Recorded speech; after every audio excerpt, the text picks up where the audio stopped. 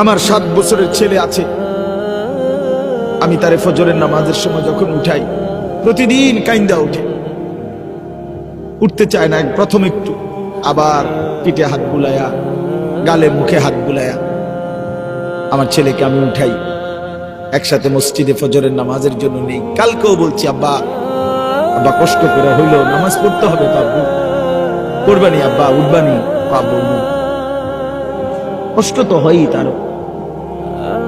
তোমরা ছেলেরা বাপ 18 বছরের, 16 বছরের, 20 বছরের কেমনে নামাজ না পড়ে থাকো ভাইয়া?